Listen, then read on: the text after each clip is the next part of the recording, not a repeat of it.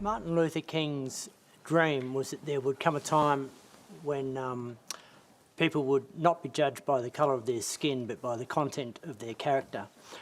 How is today's identity politics consistent with that vision? Jordan Peterson. Well, I don't think it's consistent with that vision at all. I mean, the problem I have with identity politics as a mode of philosophical apprehension is that it's predicated on the idea that the appropriate way to classify people is by their group identity, in whatever fragmentary formulation that might take, in the multiplicity of ways that people can be divided into groups. And the classical postmodern, and I would also say Marxist way of viewing the world, even though those two things shouldn't be allowed together, they tend to be, is that group identity takes priority over individual identity, and I think that's precisely the opposite of what Martin Luther King was hoping for and working for. And I think it's unbelievably dangerous, because partly because when you assume that people should primarily be identified by their group, then you can also attribute group guilt to them by their group. And then things go downhill very, very rapidly. And we've had no shortage of evidence of that sort of thing happening, say, throughout the 20th century. Are there particular groups that you are more concerned about than others? For example, the Liberal Party, as Terry Butler said earlier, is a group. Are there groups that you think are more dangerous? There isn't a problem with groups.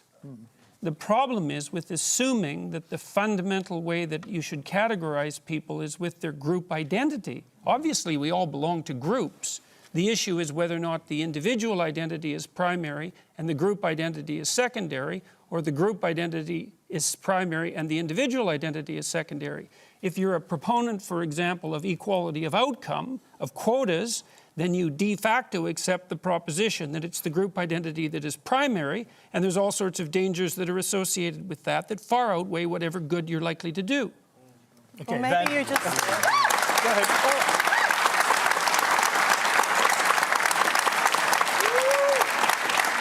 Or maybe you just think that representative democracy should be representative.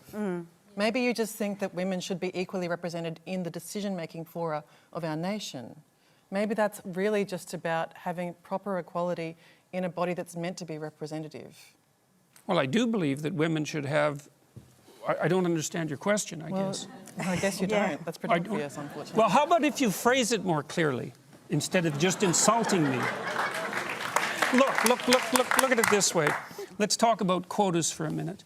So there's a very wide array of jobs that are fundamentally done by men. So, for example, Member of Parliament, 99.9% of sorry, bricklayers... Alex, I'm going to stop sledging you now, I promise.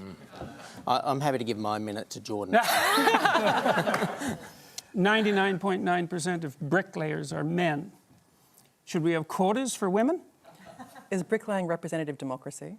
That has nothing to do with the question. The question is if there's evidence of structural inequality and oppression because women aren't precisely represented at 50% in all professions at all levels, then why don't we have a conversation about having women represented in all professions at all levels? Well, why do we talk about the C-suite, for example? Why do we talk about politics and positions of power? Why don't we talk about it across the board? Okay, so let's just pause and... yeah, but that's because it's power. You pose a question to Terry Butler. Go ahead and answer it, then we'll hear from the other panellists.